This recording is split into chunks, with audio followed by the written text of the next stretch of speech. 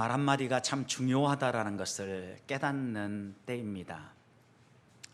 코로나19 감염자들이 여러 가지 조사들을 통하여서 자신들의 행적을 하나하나 이야기할 때 초기에 우리나라의 이 방역망이 뚫린 것도 진실하게 자신의 행적을, 자신의 그 동선을 알려주지 않으므로 많은 어려움들이 생기지 않았습니까? 또 어느 정도 잠잠해지는 것 같았는데 갑자기 이렇게 좀 더 확산되는 건 역시 우리들이 느슨한 면도 있지만, 또 하나는 사람들이 자신의 동선에 대해서 정직하게 진실하게 다 이야기하지 않는다는 겁니다. 개인의 프라이버시라는 이유 때문에 이런 것들을 잘 이야기하지 않는데, 이런 것을 보면서 그때마다 위험에 노출되어지고 감염의 위험에 많은 사람들이 이렇게 나아가는 걸 보면서 얼마나 진실하게 이야기하는 것, 정직하게 이야기하는 것이 중요한가를 깨닫는 때가 되었습니다. 생각해 보십시오. 똑같은 감염자지만 어떤 사람은 자기 행적을 꼼꼼하게 의심 증상이 있을 때부터 기록을 해놓고, 또 확진 이런 의심이 있을 때 다른 사람과 최대한 접촉을 절제하면서 확진을 받았을 때 본인만 감염되어지고 다른 사람에게는 전혀 감염의 사례가 없지 않았습니까? 참 우리 사회에서 정직하게 살아간다는 게 어렵지만, 그 어려움을 뚫고 정직하게 살면 어떤 일들이 우리 안에 펼쳐지는지를 참 말 한마디가 중요하다는 것을 피부에 와닿게 우리 가까이에서 경험하고 있는 때인 겁니다. 그런데 오늘 우리가 본문에서 만나는 이 삼손의 가정도요, 하나님 앞에서 정말 바르게 살고자 몸부림치고 애썼던 가정입니다. 마노아의 가정이지 않습니까? 믿음으로 살기 위해서 몸부림치는 이 가정에도 아픔이 있었는데 그 가정에 자녀가 없었던 거죠. 하나님께서 천사를 보내어서 그 가정에 아이가 있을 걸 이야기해 주죠. 그럴 때 이 가정은요, 어떻게 해서든지 하나님이 주신 이 가정, 이 자녀를요 정말 사랑으로 잘 길러내고자 노심초사를 합니다. 고민을 합니다. 그러면서 하나님께서 천사를 통해서 아이를 갖게 될 걸 이야기해 줄 때, 사사기 13장 8절 말씀을 보면 하나님께 한 번 더 간구하죠. 우리에게 그걸 알려줬던 천사 한 번 더 보내주십시오. 보내주시면 그 천사에게 어떻게 이 아이를 양육하면 좋을지에 대해서 좀 묻고 싶습니다. 이렇게 말씀하죠. 천사가 진짜 왔습니다. 그래서 이 마노아가 다시 이 천사에게 묻습니다. 13장 12절 보면 당신의 말씀대로 되기를 원합니다. 그러니까 그대로 다 이루어지기를 원하는데, 잉태하는데 이 아이가 이스라엘 구원할 구원자, 사사가 될 것에 대한 이 약속의 말씀을 가슴에 받습니다. 그런데 그 다음 이렇게 이야기합니다. 이 아이를 어떻게 기르며 우리가 그에게 어떻게 행하리이까?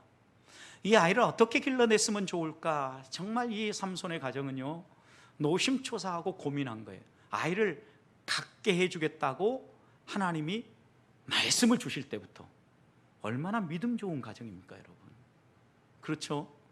아이가 생기지도 않았습니다. 뱃속에 지금 생기게 해주시겠다는 말씀을 주실 때부터 이렇게 하거든요. 그런데 여러분, 우리가 한 가지 생각해야 될 것은요, 정말 이 아이가 생겼습니다. 그리고 또 아이가 태어났습니다. 아이의 이름은 어떻게 짓습니까? 그 아이의 이름이 뭐예요, 여러분?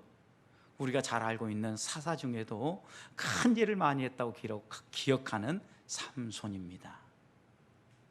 여러분, 삼손이란 이름의 뜻은 작은 태양이란 뜻이에요. 여러분, 작은 태양이라는 것은 태양의 아들이라는 의미예요. 이스라엘을 구원할 사사입니다. 이스라엘을 이끌어갈 지도자입니다. 그런데 이름이 작은 태양, 태양의 아들입니다. 여러분, 태양의 아들 하면 생각나는 사람이 있지 않습니까? 누구죠? 바로죠, 바로. 이집트 문화 속에서 이 모든 군주들은 전부 태양의 아들이라고 불리지 않았습니까?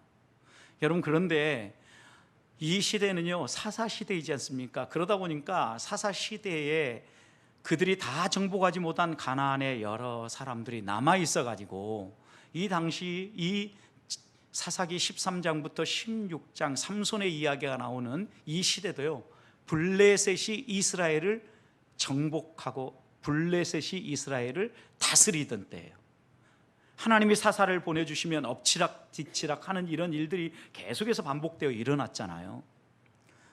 그런데 여러분, 무언가는 모르지만 적어도 이 블레셋의 영향과 그 주변 이방 나라들의 영향을 받았기 때문에 하나님을 믿는다라고 고백하는 가정, 뱃속에 생기기도 전부터 이 아이를 믿음으로 길러내겠다 고민했던 이 가정이 아이가 딱 태어나니까 이름을 뭐라고 지어요?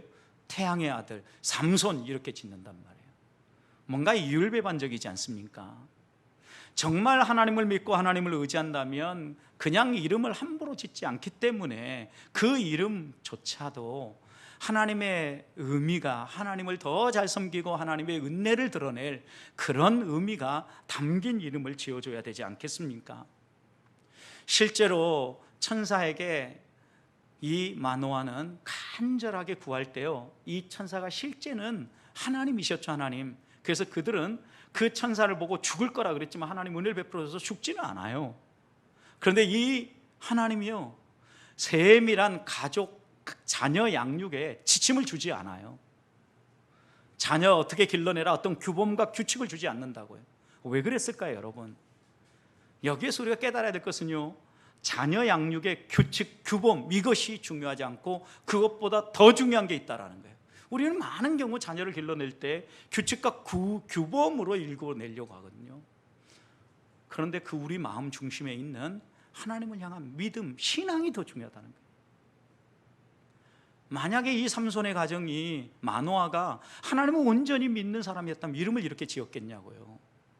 우리의 경험에서도 보세요. 우리가 아이를 기를 때, 어렸을 때는 우리 아이들을 따라다니면서 이렇게 해라 저렇게 해라 다 지도해 주잖아요. 왜요? 아직 모르는 게 많기 때문에.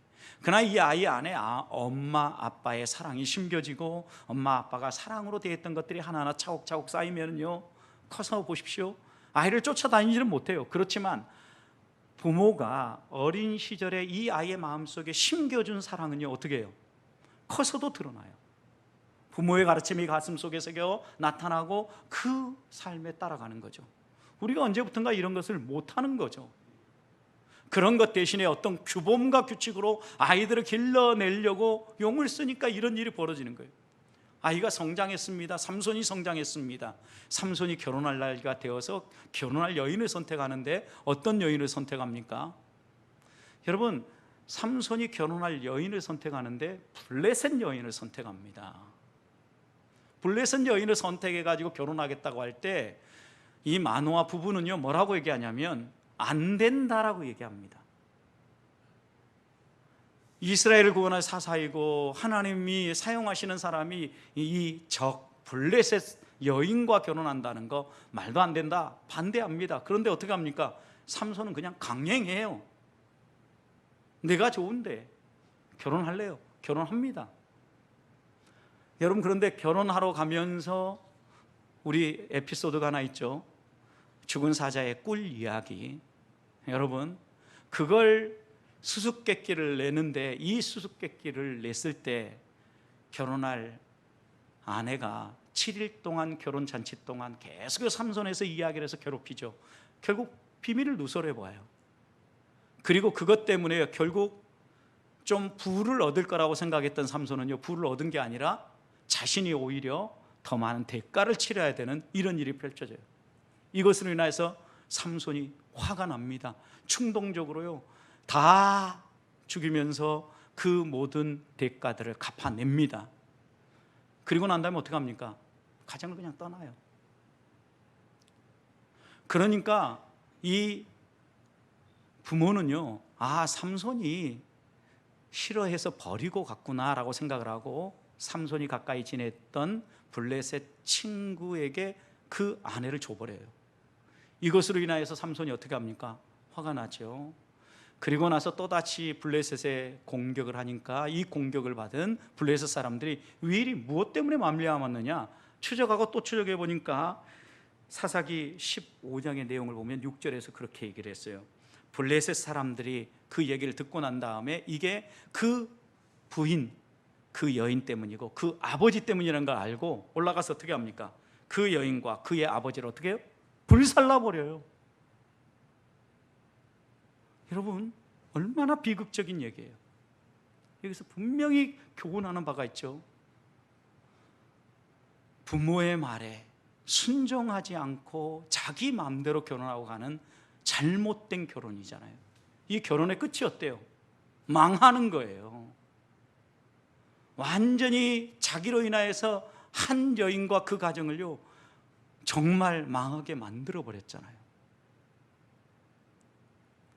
성도 여러분, 삼손의 가정은요 어떻게 보면 겉으로 보기에는 믿음으로 사는 가정처럼 보여요. 왜냐하면 믿음으로 길러내고자 애를 쓰잖아요. 그런데 어려서부터 이 아이를 어떻게 길러냈느냐가 성장하니까 드러나는 거예요. 결론은 뭐예요? 잘못 기른 거죠, 여러분. 그러면 그때라도 깨닫고 바르게 지도하고자 삶으로 보여주고 그 중심에 있는 하나님을 나타내 보여줘야 되는데 그렇게 못하니까 삼손은 삼손의 길을 걸어가는 거죠. 자기 좋은 대로 살아가고 있는 모습이 이 13장부터 16장에 나오는 삼손 이야기의 중심이에요, 여러분. 이런 일들을 보면서 우리가 분명히 마음에 새겨야 될 게 있어요. 그게 뭡니까?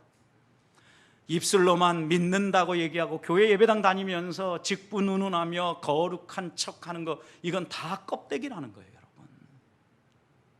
이게 중요한 게 아니에요. 내가 정말 직분이 어떠하든지 간에 하나님의 말씀에 합당한 삶을 살고 있는가? 마음만이 아니라 열정만이 아니라 바르게 살고자 하는 이런 열심만이 아니라 실제로 그대로 행동하고 살고 있느냐, 이게 중요하다고요. 자녀는요 부모의 말을 듣고 살아가는 사람들이 아니고요 부모의 행동을 보고 배운다고 합니다. 아무리 마누아 부부가 예를 쓰고 좋은 말, 미사여구를 다 얘기했을지 몰라도 그의 삶은 언행이 일치하지 않는 삶이었고 속빈 강정처럼 말뿐인 신앙이었던 겁니다. 그러니 결국은 이 삼손이 이렇게 살아가고 있는 거예요. 성도 여러분, 우리들도 우리의 신앙을 한번 더 점검하십시다. 우리의 문제들을 여러 가지 이야기하기 전에 먼저 내가 하나님 앞에 무릎 꿇고 있는가? 하나님 앞에 하나님이 주신 은혜를 따라서 내 삶을 변화시켜주고 그대로 살고자 예를 쓰고 있는가? 살피면서 말씀대로 순종하며 하나님이 기뻐하시는 삶을 살아가는 우리 성도들이 될 수 있기를 주님의 이름으로 축복합니다. 자, 그러면 삼손은요 오늘 본문에 보면은 사랑을 한다고 이야기하면서도 거짓말을 합니다. 여러분, 이 딥나의 여인을 만났을 때 삼손은요 이 여인을 극진하게 사랑하죠. 4절 말씀을 보십시오. 16장 4절. 이후에 삼손이 소렉 골짜기에 들릴라라 이름하는 여인을 어떻게 했어요? 사랑했다 그랬어요. 들릴라라는 여인을 사랑합니다. 그래서 그와 함께 잠자리를 하는데 우리가 읽었던 17절은요 이 여인이 결혼하면서부터 계속해서 그에게 당신의 힘이 어디에서 나오냐고 묻는 거예요. 그러니까 그때마다 이제 계속해서 반복해서 대답을 해주는데 거짓말로 가르쳐 준 거예요. 그게 세 번째 거짓말을 하는 장면이 오늘 우리가 읽은 13절 말씀이에요. 두 번 속은 다음에 들릴라가 이렇게 얘기합니다. 삼손에게 이르되 당신이 이때까지 나를 희롱하여 내게 거짓말을 하였도다 그랬어요. 희롱해서 나에게 거짓말했다. 진짜 당신 힘이 어디에서 나오냐? 이번에는 좀 진실을 얘기해달라. 이렇게 요구하는 거죠. 여러분, 정말 오늘 이 본문에서 생각해야 될 것은요 삼손이 무엇 때문에 이렇게 살고 있는가를 먼저 생각해야 돼요. 삼손은요 매우 충동적인 사람이고요 특별히 삼손의 이야기 13장부터 16장을 읽어보면요 여성 편력증이 있어요. 더 우리가 정확하게 얘기하면요 성욕에 이끌려 정욕적인 삶을 살아가요. 처음 결혼한 이 여인과의 결혼이 실패했습니다. 그 다음에 16장 1절을 보십시오. 가사에 내려갔습니다. 그런데 한 여인이 마음에 들어요. 어떻게 합니까? 16장 1절 삼손이 가사에 가서 거기서 한 기생을 보고 그에게로 들어갔더니, 들어갔단 말이 뭔 말이에요? 잠자리를 같이 했다는 거죠. 여러분, 가서 마음에 드는 여인을 보고, 그 사람이 누군가 상관하지 않아요. 창녀였어요, 기생이었어요. 그럼에도 불구하고 잠자리를 같이 합니다. 누굽니까 이 사람이? 하나님의 은혜로 잉태하고 하나님의 은혜로 태어난 아이예요. 그 부모도 믿음으로 길러내겠다고 처음 잉태할 때부터 고민했던 사람들이에요. 그런데 그런 가문에서 자라난 아이가 지금 이런 삶을 살고 있어요. 소래골짜기 들릴라를 만났을 때도 마찬가지입니다. 한 번, 두 번, 세 번 계속 거짓말을 반복했다는 건 그때마다 뭐 한 거예요? 계속해서 잠자리를 같이 하면서 가는 거죠. 여러분 4절 말씀처럼 정말 그가 들릴라를 사랑한다면 어떻게 해야 됩니까? 사랑한다면 첫 번 결혼은 실패했어도 두 번째 결혼은, 그 사랑은 지켜내기 위해서 어떻게 해야 돼요? 결혼을 해야죠. 결혼. 하나님이 허락하시는 것은, 하나님이 성관계를 허락하는 것은 결혼이라는 테두리 안에서요. 그렇다고 하면 그렇게 나아가야 됨에도 불구하고 그렇게 하지 않아요. 왜 이렇게 행동할까요? 왜 거짓말하면서 계속 이렇게 할까요? 적어도 두 사람이 서로에게 거짓말을 하고 사랑한다고 얘기하면서도 자꾸 다른 뜻을 가지고 이렇게 하는 것은요, 관심사가 달랐기 때문에 그래요. 삼손의 관심사는요, 이 여인이 주는 성적 만족감이었어요.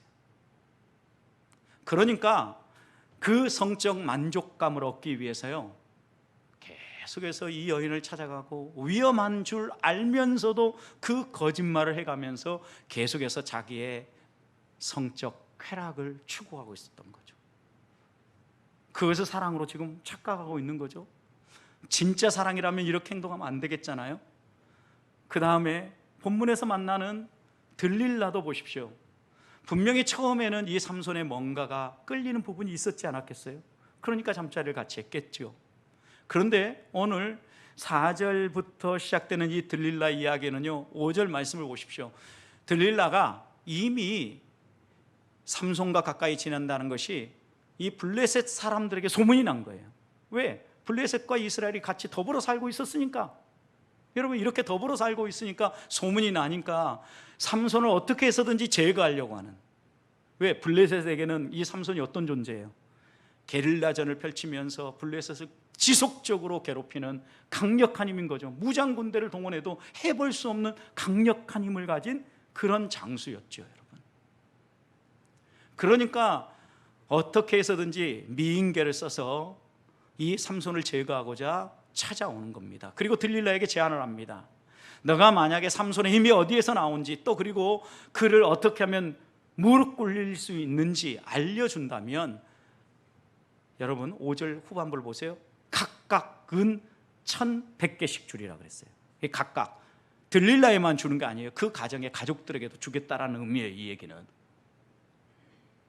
여러분, 뭔가 자신이 받을 반대 급부가 있으니까 들릴라는 지금 사랑을 위장하고 자신의 몸을 내어주고 있는 거예요. 그걸 통해서 삼손의 약점을 찾아내고 삼손의 힘의 근원을 찾아내서 삼손을 꺾고자 하는 거죠. 또 하나 생각해 보십시오. 들릴라의 입장에서는요, 국가적 원수예요. 누가요? 삼손이. 그런데 그런 원수를 제거할 비책을 찾아서 알려주고, 그것 때문에 이 삼손을 제거했다면 국가적으로 이 사람 어떤 사람이에요? 영웅이 될 수 있다고요. 호국 보훈의 달, 이 나라의 민족이 있기까지 얼마나 수많은 사람들이 자신의 목숨을 바치고 헌신해서 이 나라를 세워왔습니까? 지금 들릴라도 그런 환경에 빠진 거죠. 내가 이것만 잘하면 우리나라를 이 강력한 삼손으로부터 건져낼 수 있겠다, 이렇게 생각한 거죠. 삼손에게는 성적 만족과 쾌락이라는 관심사가 있었다면 들릴라에게는 부와 명예라는 관심사가 있었던 거예요. 두 사람의 관심사가 서로 완전히 달랐습니다. 그러니까 두 사람마다 동문서답하고 서로 필요한 것을 얻어내고자 거짓말을 해가면서 자기의 속셈을 숨기면서 행동하고 있는 겁니다. 사랑하는 성도 여러분, 행복한 가정, 행복한 생활은요, 관심사가 먼저 같아지는 것부터 시작해요. 관심사가 똑같을 수는 없어요. 그렇지만 사랑하는 사람이라고 하면 자기의 관심사가 조금 달라도 사랑하는 사람에게 관심사를 어떻게 해요? 맞춰줄 수 있는 이런 아량이 있어야 돼요. 이런 도량이 있어야 돼요. 그래야 이 두 사람이 하나 되어서 한 길을 갈 수 있는 거예요. 여러분, 그래서 끝까지 자기 주장이 강하면은요, 함께 살기 어려워요. 그래도 살겠다 그러면요, 평생 그걸 짐으로 감당하고 살아야 되는 거예요.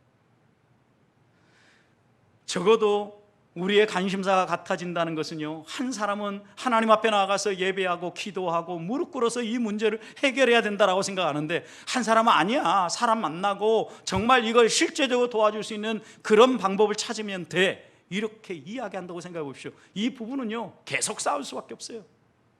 함께 살아가기 어렵다고요. 적어도 우리가 하나님 앞에서 믿음으로 살아간다고 하면은요, 함께 이렇게 뜻이 맞아야 되는데, 우리가 살아가는 이 세상은요, 다른 사람에게만 피해를 주지 않으면 괜찮아. 내가 교회 예배당에서는 믿음으로 살고, 세상에서는 다른 사람에게 피해를 주지 않는 범위 내에서 적당히 타협하며 살면 되지. 철저한 개인주의가 팽배한 사회예요, 여러분. 그러다 보니까 우리의 신앙의 가치도 흔들리기 시작하는 거예요. 하나님이 원하는 건 그것이 아니에요. 적당한 게 아니라고요. 예배당에서 믿음으로 고백했던 것이 우리의 삶의 영역에서도 그대로 드러나는 거예요. 예배당에서 예배하면서 하나님 말씀 들으며 옳다라고 반응했던 것이 그대로 이루어지는 거라고요. 그런데 우리는 이것을요 그대로 잊어버려요. 지나쳐 버린다고요. 결코 하나님 앞에서 우리들이 마음속에 새겨야 될 것을 새기지 않고 지나쳐버리는 이런 어리석은 행동을 하고 있는 거예요. 착각하지 않아야 됩니다. 사사기의 메시지라는 책을 쓴 마이클 윌콕은 이런 이야기를 했어요. 세상과 교회 사이에 평화로운 공존이란 있을 수 없다. 갈등이 없다면 세상이 이미 정복한 것이다. 그럼 다시 읽어드립니다. 세상과 교회 사이에 평화로운 공존이란 있을 수 없다. 갈등이 없다면 세상이 이미 정복한 것이다. 그럼 우리는 세상과 너무 자연스럽게 평화롭게 살아가야 되겠다는 이 가치를 내세우면서요 적당히 타협한다는 거예요. 여러분, 그런데 이건 어떤 상황이에요?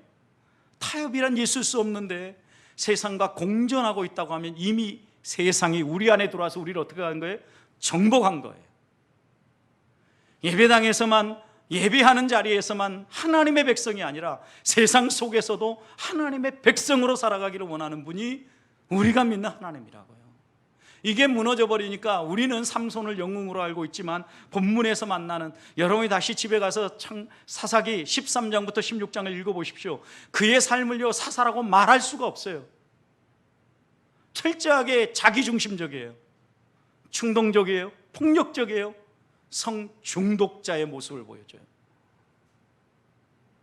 여러분, 하나님 앞에서 우리들이 우리의 삶을요 세상과 적당히 타협하고 살면 이런 일이 벌어진다는 걸 잊지 말아야 합니다. 사탄의 음성에 속아 넘어가지 말아야 합니다. 야고보는 세상과 벗대고자 하는 마음이 있는 그런 사람들을 향하여서 경고하기를 야고보서 4장 4절에서 이렇게 얘기했습니다. 간음하는 여인들아, 그들을 향하여서 간음하는 여인들아, 세상과 벗된 것이 하나님과 원수됨을 알지 못하느냐. 그런 중 누구든지 세상과 벗이 되고자 하는 자는 스스로 하나님과 원수가 되는 것이니라. 세상과 벗되고 세상과 가까이 지내고 세상 속에서 세상처럼 자연스럽게 흘러가려고 하는 것, 어리석은 유혹이에요, 여러분. 불가능한 이야기라는 거예요. 성도는 세상 속에서 구별될 수밖에 없고 믿음의 가치를 가지고 말씀을 따라 살아가면요 세상 속에서 갈등이 생길 수밖에 없다는 말씀입니다. 사랑하는 성도 여러분, 한 주간 살아가는 동안 세상과 타협하는 게 중요한 것이나 세상 속에서 갈등이 있다 할지라도 하나님 말씀대로 살아가고자 하늘의 은혜를 구하며 사는 것이 중요합니다. 무엇이 소중합니까? 무엇이? 나의 관심사는 무엇입니까? 내가 소중하게 생각하고 내가 관심을 쏟아붓는 것, 그것이 우리의 신앙의 척도예요. 다시 한 번 더 우리의 신앙이 하나님을 의지하고 하나님을 온전히 붙잡는, 정말 거짓으로 전철된 삶이 아니라 진심이 드러나고 사랑이 묻어나는 이런 삶이 될 수 있기를 소망합니다.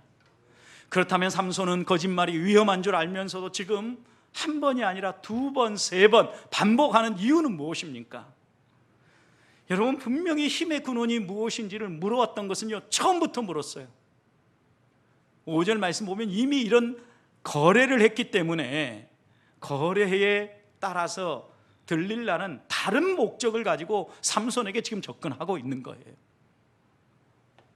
삼손에게 처음부터 이렇게 묻지 않습니까? 당신의 힘의 근원이 어디에서 나옵니까? 어떻게 하면 당신을 굴복하여 무릎 꿇을 수 있게 만들 수 있습니까?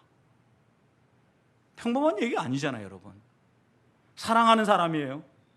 그런데 그 사람이 기가 막히게 힘이 있어요. 그러니까 힘이 어디에서 나옵니까? 이건 묻는 건 좋아요. 그런데 당신을 어떻게 해 그 힘을 제거하고 당신을 완전히 꺾을 수 있습니까? 이것까지 묻는 거죠. 의도가 보이잖아요. 여러분, 그런데 이것이요 반복돼요. 여러분, 처음 딱 이야기한 대로 새 활줄 7가닥으로 묶었습니다. 그리고 나서 어떤 일이 벌어집니까? 삼손을 깨웁니다. 블레셋 사람이 공격해 온다고 합니다. 여러분, 그러자 어떻게 합니까? 우두둑 다 끊어버리죠. 여러분, 그러니까 성적 만족을 누리고 잠자리를 같이 한 다음에 들릴라 무릎에 머리를 눕히고 단 꿈에 단 잠을 잘 때마다 어떤 일이 벌어집니까? 위험이 다가오는 거예요. 단순한 위험이 아니에요. 중무장한 블레셋의 군인들이 그의 목숨을 앗아가고자 공격해 왔어요. 그러면 한 2번 실패했으면 깨달아야 돼요. 새 밧줄을 묶어도 두두두 끊었습니다. 근데 3번째에도 똑같이 행동합니다. 오늘 13절, 14절이 3번째 사건이잖아요. 이제는요 더 가까이 왔어요. 어떻게 하라는 거예요?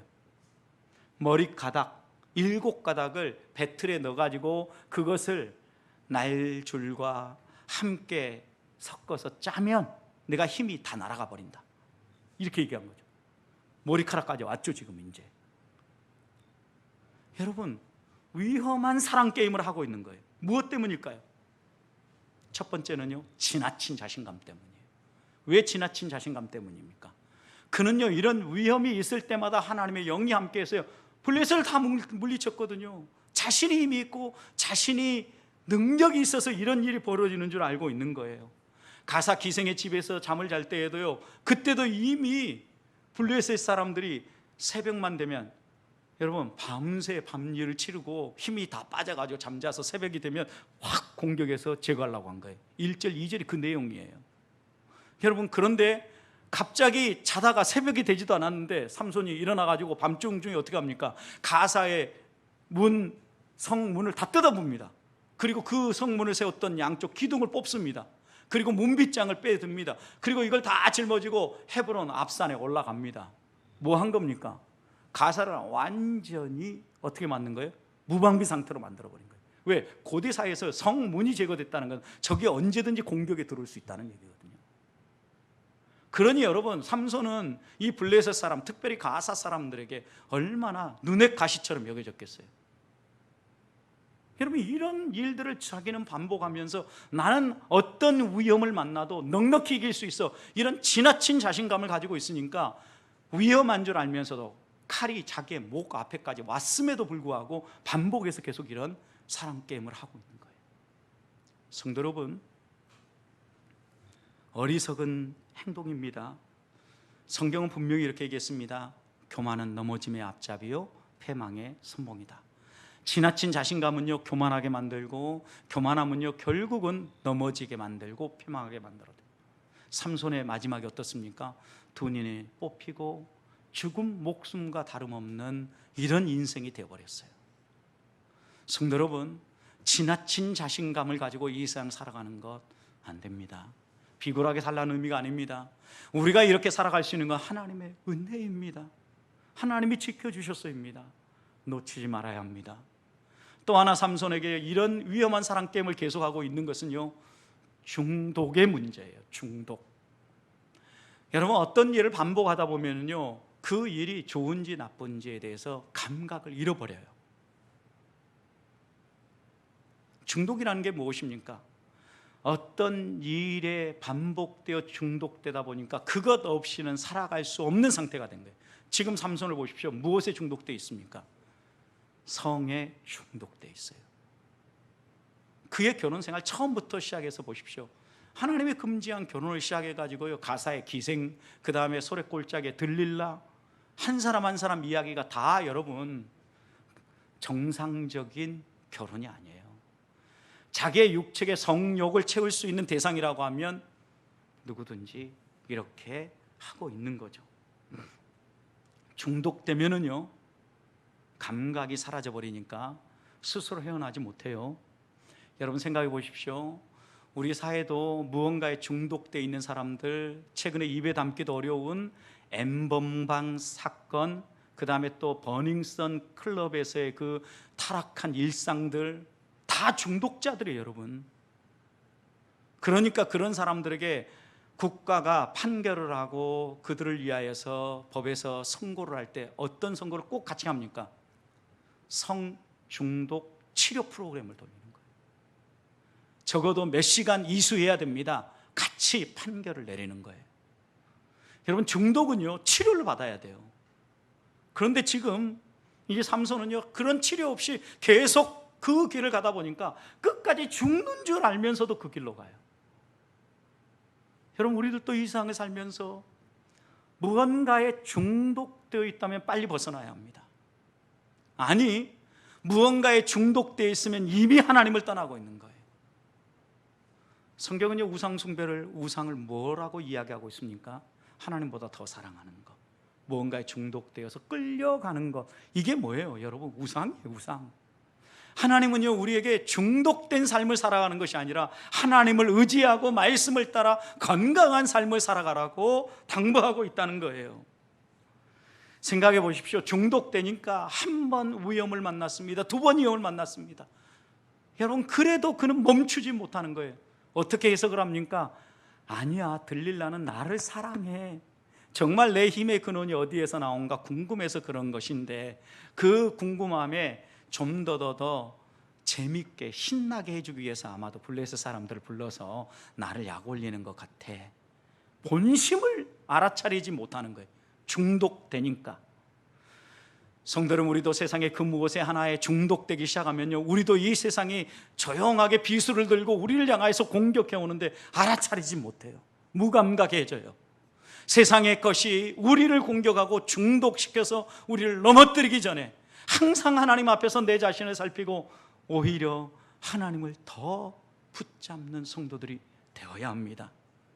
세상에 그 무엇이 없으면 살아갈 수 없는 존재가 아니라 하나님이 없으면 살아갈 수 없는 존재가 성도임을 기억하셔야 합니다. 부패한 본성이 이 세상의 것이 주는 혜택 때문에 우리를 유혹하고 우리를 끌어당길 겁니다. 그때마다 멈추어 설 수 있는 것은 믿음입니다. 하나님에 대한 신뢰입니다. 세상이 우리를 어떻게 유혹하고 끌어당겨도 적당히 숨기고 타협하고 세상과 하나님 사이를 줄타기 하면서 살아가는 신앙생활 버리십시다. 마음은 그게 아니라 해도 내 행동을 놓고 보니까 이런 모습이 있다고 하면 회개하십시다. 거짓말은 위험한 일입니다. 세상의 것에 나도 모르는 사이에 중독되어 편승하는 것, 죽는 길입니다. 하나님의 말씀대로 하나님을 붙잡고 살아가는 성도들이 되기를 주님의 이름으로 축복합니다. 마지막입니다. 거짓말은 우리의 문제를 근본적으로 해결해 주지 못합니다. 우리가 처한 상황을 해결하지 못한다는 겁니다. 삼손도 보십시오. 자신이 얻고자 하는 성적 혜택, 그것은요, 거짓말하면 그때뿐이었어요. 지나고 나면 거짓말은 들통나고 또다시 삼손에게 진실을 얘기해 달라고 이 들릴라가 계속 괴롭히지 않습니까? 이 괴롭힘이 얼마나 심하는지 여러분 15절 16절을 보십시오. 15절, 당신이 두 번이나 나에게 이렇게 거짓말했는데 그러고도 당신이 나를 사랑한다고 말할 자격이 있느냐? 어찌 나를 사랑한다고 말하느냐? 이렇게 얘기하죠, 지금 여러분. 그래서요, 16절 보십시오. 그렇게 이야기하는 들릴라의 이 그 원망과 또 힘의 근원을 알려달라는 것이 어떻게 나타나는가? 날마다 나타나요. 날마다 말로 삼손을 재촉을 합니다. 조릅니다. 성도 여러분, 혹시 가정에서 아내든 누가 이렇게 재촉하고 조르는 것 경험해 보셨습니까? 여러분, 정말 힘든 일이에요. 그런데 그렇게 조름에 그 다음에 삼손의 마음이 어떻게 됐습니까? 번뇌합니다. 어느 정도 번뇌합니까? 죽을 지경이에요. 죽을 지경. 거짓말은요, 근본적으로 문제를 해결하지 못하고 우리의 삶을 더 수렁에 빠지게 만드는데, 더 번뇌하게 만들고 죽을 지경으로 몰고 가요. 결국은 삼손은요, 죽을 줄 알면서도 내놔요. 뭘요? 그 다음 이어서 17절 보십시오. 진심을 드러내요. 여기서 하나 생각해야 될 것은요, 진실은 반드시 드러난다라는 거예요. 거짓말은요, 온전한 해결책이 못 돼요. 진실은 반드시 드러나요. 그래서 17절 보면 그렇게 얘기하죠. 내 머리 위에는 삭도를 대지 아니하였으니 이는 내가 모태에서부터 본심을 드러내죠. 하나님의 나시린이 되었기 때문이다. 성도 여러분, 나시린이 누굽니까? 하나님 앞에서 일정 기간 헌신 서약을 하면서 하나님만 온전히 바라보고 의지하는 그런 서약이지 않습니까? 여러분, 그런데 삼손은요, 부모가 태어나기 전부터 이 삼손을 헌신했어요. 그래서 자신의 뜻에 의해서 나시린을 헌신한 게 아니라 비자발적 나시린으로 헌신된 사람이에요. 그리고 일정 기간을 정해놓은 것이 아니라 평생의 나시린으로 헌신되어졌어요. 여러분, 나신해야 될 일이 뭐예요? 제일 먼저 해야 될 것은 머리에 삭도를 대지 않는 거예요. 두 번째는 포도의 산물을 먹지 않는 거예요. 포도주가 됐든 말린 포도가 됐든 생포도가 됐든 포도 자체를 접근하지 않는 거예요. 세 번째는요, 죽은 사체에 접근하면 안 돼요. 여러분, 그런데 삼손 보십시오. 죽은 사자에서 꿀을 취해서 맛을 봤어요. 사체 접근했죠. 나귀 턱뼈를 들어서 때려 죽였어요. 블레셋 사람들을. 이 나귀 턱뼈는 뭐예요? 사체죠. 사체. 죽은 사체가 오래되니까 다른 이 몸은 다 사라져버리고 뼈만 남은 거 아니에요. 나시린으로서 여러분, 하나님 앞에 서약한 걸 지키지 않았어요. 구약시대 같으면 어떻게 돼야 돼요? 벌 받아야 되죠. 그런데 벌을 받은 게 아니라 하나님의 영이 함께 해가지고 힘이 더 막 솟구쳐요. 그러니까 더 많은 일을 하는 거예요. 착각하는 거예요. 자기가 잘해서, 자기가 제대로 가고 있어서 이런 줄 알고 착각하는 거죠. 그래서 진정한 복은요, 영혼이 잘된 것 같이 범사가 잘 되는 게 진정한 복이에요. 영혼이 이렇게 잘못 가는데 하나님이 함께 하니까 이렇게 일이 벌어져요. 지금 하나님은 왜 그러면 이런 악하고 우리가 사사라고 말할 수 없는 이 삼손과 함께 일했을까요, 여러분? 하나님은요, 흠 많은 이스라엘을요, 흠 많은 사사를 통해서 이렇게 구원해 가시는데 왜 이렇게 했겠냐고요. 야, 내가 너에게 주는 은혜야, 선물이야, 이거 가르쳐 주는 거예요, 여러분. 구약시대에서 철저히 기브앤택이 아니에요. 하나님은 아무 조건 없이 그냥 은혜를 베풀어 주신 거예요. 어떻게 보면 세상에 그냥 내다 버려도 시원찮을 이런 정말 삶의 기준이, 도덕적 수준이 바닥에 떨어져 있음에도 불구하고 우리가 알고 있는 그런 삼손을 하나님은 만들어 쓰고 계신다는 거예요. 그의 충동적인 화를 사용해서 블레셋을 징벌합니다. 여러분, 삼손이요, 블레셋을 그냥 징벌하고 하나님의 뜻을 시행하겠다고 이렇게 한 게 아니라고요. 개인적인 열이 받은 거예요.